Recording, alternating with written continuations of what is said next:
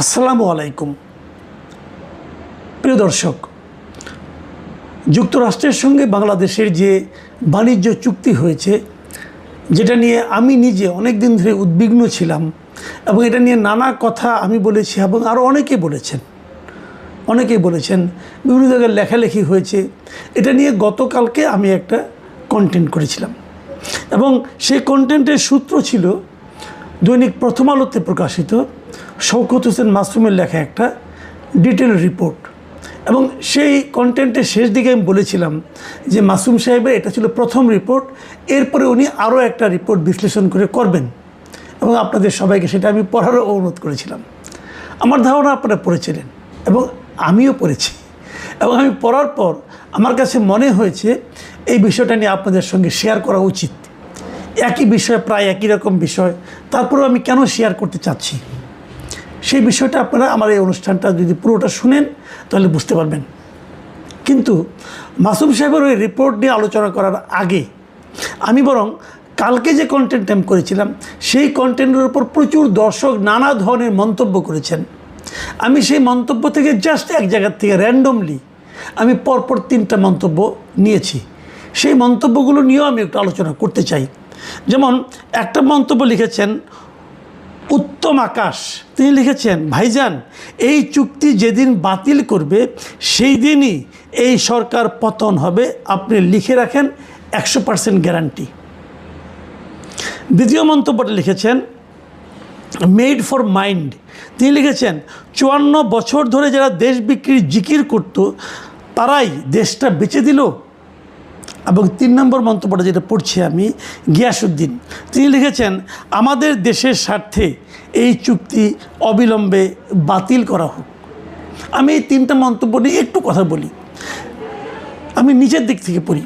গিয়াসউদ্দিন যেটা বলেছেন এই চুক্তি বাতিল করা হোক, আমি ওনার সঙ্গে একদম একমত যে এই চুক্তি ভাই আমাদের দেশের জন্য বিশাল ক্ষতির কারণ হতে পারে, এই চুক্তি বাতিল করা জরুরি।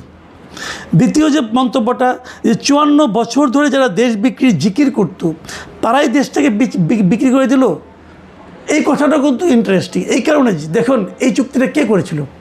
অন্তর্বর্তীকালীন সরকার, ডক্টর ইউনূসের সরকার।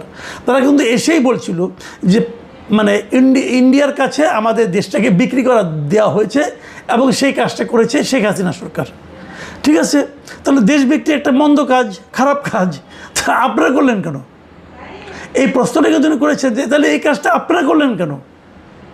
এবং ভারতের কাছে আওয়ামী লীগ কীভাবে দেশ বিক্রি করেছে তার কিন্তু প্রমাণ আপনারা গত যে 1.5 বছর আপনার দায়িত্বে ছিলেন আপনারা দিয়ে দিতে পারেন নাই। প্রথমত, যদি ভারতের সঙ্গে সে ধরনের কোনো দেশ বিক্রি ধরনের চুক্তি আওয়ামী লীগ করে থাকে সেই চুক্তি আপনারা বাতিল করতেন। আপনারা কোনো চুক্তি বাতিলও করতে পারেননি। মাঝখান থেকে আপনাদের এক উপদেষ্টা আসিফ মাহমুদ সজীব ভুইয়া উনি একবার একটা তালিকা দিলেন, দিয়ে বললেন যে এই চুক্তি আমরা বাতিল করেছি। পরে দেখা গেলো যে পররাষ্ট্র বিষয়ক যিনি উপদেষ্টা ছিলেন তৌহিদ হোসেন, উনি বললেন যে ওই ধরনের কোনো চুক্তি ভারতের সঙ্গে আমাদের কখনোই হয় নাই। মানে আসিফ মাহমুদ সজীব ভুইয়া পুরাই হাওয়ার উপরে একটা মেরে দিয়েছেন। মানে মানুষ কতটা দায়িত্ব জ্ঞানহীন হলে পরে এ ধরনের আচরণ করতে পারে এবং দায়িত্বের একটা পদে থেকে তারপর যারা এরকম ফালতু কাজ করতে পারে তাদের কোয়ালিটিটা কোন পর্যায়ে একবার ভাবুন। আর প্রথম যে মন্তব্যটা করেছেন উত্তম আকাশ, তাকে বলি ভাই এই যে আপনি বলছেন না যেদিন চুক্তি বাতিল হবে সেই দিনই এই সরকার চলে যাবে, আপনি 100% গ্যারান্টি দিচ্ছেন, এটাই হলো গিয়ে জুজুর ভয়। এই জুজুর ভয়টাই আমার ধারণা আমাদের বর্তমান পররাষ্ট্রমন্ত্রী এই সরকারকে দেখিয়েছে। আমার ধারণা ভুলও হতে পারে, আপনার ধারণা সঠিকও হতে পারে, কিন্তু আমি মনে করি এত তাড়াতাড়ি যদি হয় না রে ভাই, এত তাড়াতাড়ি হয় না তো কিছু। জনগণ সঙ্গে থাকলে আমরা হয়তো অনেকে হয়তো বলেন যে এই যে শেখ হাসিনা সরকারের পতন ঘটিয়েছিল আমেরিকা, ঘটনা সত্য না, আপনি বলতে পারেন ভাই, আমি বিশ্বাস করি না। যদি জনগণ সঙ্গে থাকতো আওয়ামী লীগের তাহলে কেউ পারতো না। কিন্তু ওই সময় তো আওয়ামী লীগের সঙ্গে তো জনগণই ছিল না। দ্যাট ওয়াজ দ্য কজ, যে সামান্য ধাক্কাতে পড়ে গেছে। যাই হোক, এখন আজকে এটা একটা ডেভেলপমেন্ট আপনাদেরকে আমি বলি। আজকে আমরা দেখলাম যে যুক্তরাষ্ট্রের সঙ্গে এই বাণিজ্য চুক্তি নিয়ে আমাদের যে বাণিজ্য মন্ত্রী আছেন খন্দকার আব্দুল মুক্তাদির, তিনি কিছু কথা বলেছেন। এবং তার কথাগুলো শুনে আমি আসলে হতাশই হয়েছি। তিনি বলার চেষ্টা করেছেন যে যুক্তরাষ্ট্রের সঙ্গে বাণিজ্য চুক্তি নিয়ে উদ্বেগের কিছু নেই। মুক্তাদির সাহেব, আপনি মন্ত্রী মানুষ, আপনি অনেক জ্ঞানী লোক, কোনো সন্দেহ নেই, কিন্তু উদ্বেগের নেই এটা আপনি কী করে বলেন? আপনি চুক্তিটা পড়েছেন, আমার ধারণা পড়েছেন, আপনাকে কেউ পড়ে শুনিয়েছে, তাহলে আপনি কোন বিবেচনায় বলেন যে উদ্বেগের কিছু নেই? আমরা তো গতকাল ডিটেল বললাম, আপনি প্রথম আলোর এই 2টা রিপোর্ট পড়েন, উদ্বেগের কিছু আছে কি না দেখুন। আজকে প্রথম আলো যে এই রিপোর্টটা হয়েছে, সেই রিপোর্টের একদম শুরুটা কি হয়েছে আমি আজকেও আবার পড়ে শোনাই আপনাদেরকে। আজকে সেই শিরোনামটা ছিল যুক্তরাষ্ট্রের সঙ্গে বাণিজ্য চুক্তিতে বাংলাদেশের লাভ সামান্য, ক্ষতিই বেশি। এবং সেখানে লেখা হয়েছে যে যুক্তরাষ্ট্রের সঙ্গে করা পারস্পরিক বাণিজ্য চুক্তির কারণে বাংলাদেশ রাজস্ব হারাবে, বেশি ধরে পণ্য কিনতে হবে, যুক্তরাষ্ট্রের চাওয়া অনুযায়ী নীতি ঠিক করতে হবে এবং বাধ্যতামূলকভাবে অসংখ্য শর্ত পালন করতে হবে। বিপরীতে এই চুক্তির ফলে যুক্তরাজ্যের বাণিজ্য বাড়বে, নিজের ভূরাজনৈতিক কৌশল অনুযায়ী বাংলাদেশকে নীতি নিতে বাধ্য করতে পারবে এবং এর বিনিময়ে বাংলাদেশকে তেমন কোনো ছাড় দিতে হবে না। সব মিলিয়ে এই চুক্তির ফলে বাংলাদেশের লাভ অতি সামান্য, ক্ষতি বেশি। এই যে রিপোর্টার লিখলেন, আর আমাদের বাণিজ্যমন্ত্রী বলছেন এটা নিয়ে উদ্বেগের কিছু নাই, যে চুক্তির কারণে আমার ক্ষতি বেশি, লাভ খুবই সামান্য, সেই চুক্তি নিয়ে আমি উদ্বিগ্ন হব না? আমি মুক্তাদির সাহেবের কথা শুনে হতাশ।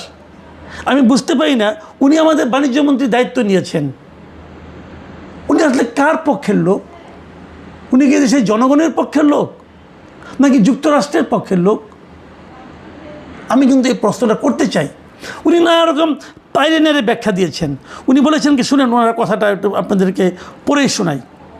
উনি বলেছেন যে বর্তমান সরকার এই চুক্তির সূচনাকারী নয়, তবে রাষ্ট্রীয় ধারাবাহিকতার অংশ হিসেবে উত্তরাধিকার সূত্রে পেয়েছে। রাষ্ট্রের মধ্যে সম্পাদিত কোনো চুক্তি ব্যক্তিগত চুক্তির মতো নয় যে ইচ্ছে মতো বাতিল করা যাবে। এটি একটি বাস্তবতা এবং আমরা সেটিকে দেশের বাণিজ্য ও বিনিয়োগ সম্প্রসারণে সর্বোচ্চভাবে কাজে লাগাতে চাই। আমি এখানে এই কথাটা বলতে চাচ্ছি যে প্রথম যে বাক্যটি বলেছেন, এই চুক্তি আমরা সূচনা করি নাই, আমরা উত্তরাধিকার সূত্রে পেয়েছি, কথাটা শতকরা 100% ঠিক। এইটার সূচনা করেছে অন্তর্বর্তীকালীন সরকার। তারপরে যদি তিনি যে কথাগুলি বলেছেন সেই কথাগুলি নিয়ে আমার আপত্তি। উনি বলতে যাচ্ছেন এটা আমরা ইচ্ছা করলে বাতিল করতে পারবো না, এটা ব্যক্তিগত চুক্তির মতো নয়, রাষ্ট্রীয় চুক্তি বাতিল করতে অনেক সমস্যা হয়। আচ্ছা, চুক্তি বাতিল নিয়ে আমি একটু পরে বলছি। তারপর উনি বলছেন এটি একটি বাস্তবতা এবং আমরা সেটিকে দেশের বাণিজ্য ও বিনিয়োগ সম্প্রসারণে সর্বোচ্চভাবে কাজে লাগাতে চাই। আপনি কিভাবে কাজে লাগাবেন? যে চুক্তিতে আপনার পক্ষে আছে মাত্র 2-3টা ইস্যু আর আপনার বিপক্ষে আছে কমপক্ষে 150 ইস্যু, আপনি সেটাকে কিভাবে আমার বাণিজ্যের উন্নতির জন্য কাজে লাগাবেন? ভাই, মিষ্টি মিষ্টি কথা বললে কি চিরা ভিজবে? আচ্ছা, আমরা এখন ওই পয়েন্টে যাই। ওই যে বলা হয়েছে যে এই চুক্তিটা বাতিল করা যাবে না, এই কথাটা ঠিক না। আমি কালকেও বলেছিলাম আপনাদেরকে যে 60 দিনের নোটিশে এই চুক্তি বাতিল করা যাবে, কিন্তু এটাই সর্বোচ্চ না, আরও ঘটনা আছে। চুক্তি বাতিল করা খুবই সহজ। সেই বিষয়টাও এই মিস্টার শওকত হোসেন মাসুম আজকে তার রিপোর্টে বলেছেন। প্রথম আলো রিপোর্টে যদি আপনারা একটু পড়েন তাহলে দেখবেন সেখানে উনি জানিয়েছেন যে জিনিসটা, যে এই চুক্তিটা হয়েছে 9 তারিখে, ফেব্রুয়ারির 9 তারিখে, এবং 17 তারিখে তারেক রহমানের সরকার দায়িত্ব নিয়েছে।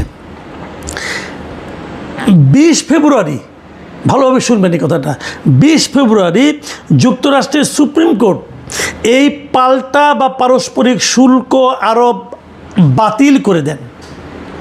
মানে ট্রাম্প যে শুল্ক আরোপটা করেছিল সবাইকে ভয় দেখানোর জন্য, যে আপনার উপর 50%, আপনার উপর 35%, এই যে ট্রাম্প যে কাজটা করেছিল এই কাজটা ট্রাম্প করতেই পারে না, এই কথা বলেছিল যুক্তরাষ্ট্রের সুপ্রিম কোর্ট। এবং যুক্তরাষ্ট্রের সুপ্রিম কোর্ট বলেছিল যে এই ধরনের শুল্ক আরোপ করতে পারে কেবলমাত্র যুক্তরাষ্ট্রের কংগ্রেস, প্রেসিডেন্ট পারে না। প্রেসিডেন্ট পারে, যে কাজটা করতে পারে সেটা হলো যে জরুরি পরিস্থিতিতে সাময়িকভাবে আমদানি পণ্যের উপর সর্বোচ্চ 15% পর্যন্ত বাড়তি শুল্ক বসানো যায়। তবে এরও মেয়াদ হবে সর্বোচ্চ 150 দিন। তার মানে প্রেসিডেন্ট ট্রাম্পের পক্ষে একার পক্ষে সেই শুল্ক আরোপ করা সম্ভবই নয়। তো যে জিনিসটা সুপ্রিম কোর্ট মানে যুক্তরাষ্ট্রের সুপ্রিম কোর্ট বাতিল করে দিয়েছে, সেইটা নিয়ে আমরা কেন জুজুর ভয় পাচ্ছি, এই জায়গাটাতে আমি বুঝি না। ইন্টারেস্টিং হলো, যেদিন তারা এটা বাতিল করে দিয়েছে তার আগে আমরা তড়িঘড়ি করে চুক্তি করে ফেলেছি। কেন? স্বার্থটা কার, মজাটা কার, এই প্রশ্নটা কিন্তু আমি বারবার করছি। আরও একটা কথা আপনারা জানবেন, সেই জিনিসটাও কিন্তু আমি প্রথম আলো রিপোর্টে পেয়েছি। সেখানে উনি বলেছেন, আমি যে কথা বলেছিলাম সেটাই ওনারা আরও ক্লিয়ার করে লিখেছেন। সেখানে লেখা হয়েছে যে এই চুক্তিটা কিন্তু আসলে এখনও কার্যকর হয়নি। যুক্তরাষ্ট্রের কর্মকর্তারা কিন্তু বাণিজ্য মন্ত্রণালয় অমুক তমুক সঙ্গে দৌড়াদৌড়ি করতেছে চুক্তিটা কার্যকর করার জন্য, কিন্তু এটা এখনও কার্যকর হয় নাই। কার্যকর হওয়ারও একটা নিয়ম আছে।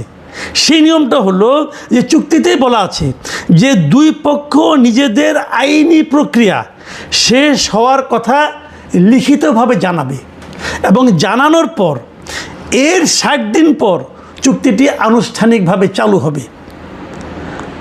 তবে চাইলে তারও পরে এটাকে ঠিক করতে পারবে তারা কবে চালু করবে। তার মানে এখনও আইনি প্রক্রিয়ায় চূড়ান্ত হয় নাই। কিন্তু তার মানে এই চুক্তি এখনও কার্যকর হয় নাই। যে চুক্তি কার্যকর হয় নাই এবং যে ধরনের চাপ দেওয়ার ক্ষমতা প্রেসিডেন্ট ট্রাম্পের নেই বলে যুক্তরাষ্ট্রের সুপ্রিম কোর্ট জানিয়েছে, সেই চুক্তি আমাদের পালন করতে হবে কেন? কেন আমরা বাতিল করতে যাব না? আমাদের তো কোনো সমস্যা নাই। এবং সবচেয়ে দুঃখজনক কথা জানেন, যে কথাটা বলে আলোচনাটা শেষ করব, দুঃখজনক হলো এই চুক্তিটা হওয়ার পর এখনও যেটা বাস্তবায়িত হয় নাই, কার্যকর হয় নাই, কার্যকর করার প্রাথমিক ধাপও হয় নাই, মানে আইনি প্রক্রিয়াই শুরু হয় নাই। সেই চুক্তিতে থাকা এই যে বোয়িং বিমান কেনাকাটার কাজটা আমরা কিন্তু অলরেডি শুরু করে দিয়েছি। তো এই বোয়িং বিমান কেনার কাজ শুরু করলাম কেন? যুক্তরাষ্ট্রের ভয়ে, যুক্তরাষ্ট্রের প্রতি ভালোবাসার কারণে, নাকি নগদ কিছু কমিশন পাওয়ার লোভে? এই প্রশ্নটাও থাকলো। আশা করি সরকার এগুলি জবাব দেবেন। প্রিয় দর্শক, এখন এই পর্যন্তই। আল্লাহ হাফেজ।